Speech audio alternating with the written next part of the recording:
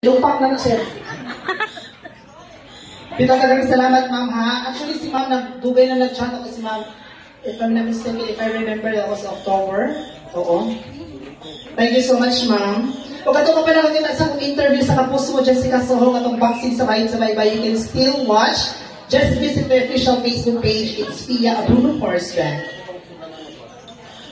Again, on April 27, if you have time with your family and friends, go witness the Sarah Geronimo concert featuring Sian Lim. Of course, with the exceptional host of Leyte, Pia Horstback, yours truly. I will be one of the performer of the said concert in Kinanga, Leyte.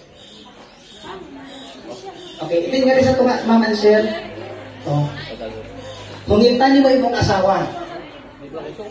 Dali nga naman, tingnan niyo gawa sa mga Jessica Soho itong interview ko. Sige ma'am. Sige mga, sir dito, imong hungitan, gusto nung makita kung saan ka ka-gentle mo, ka-sweet si mong asawa. Okay?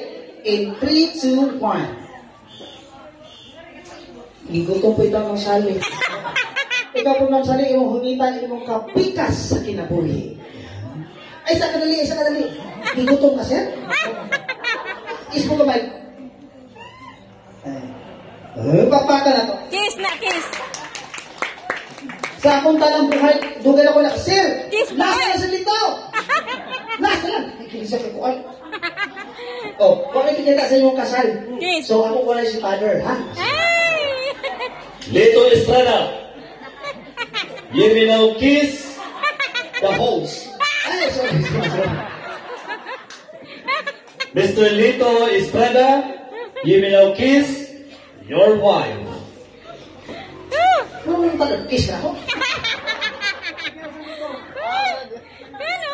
Ah, sa ako ka mag-kiss na.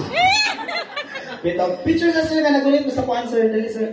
Dagang salamat. But before that, ato paminaon ang mensahe sa atong celebrant karon.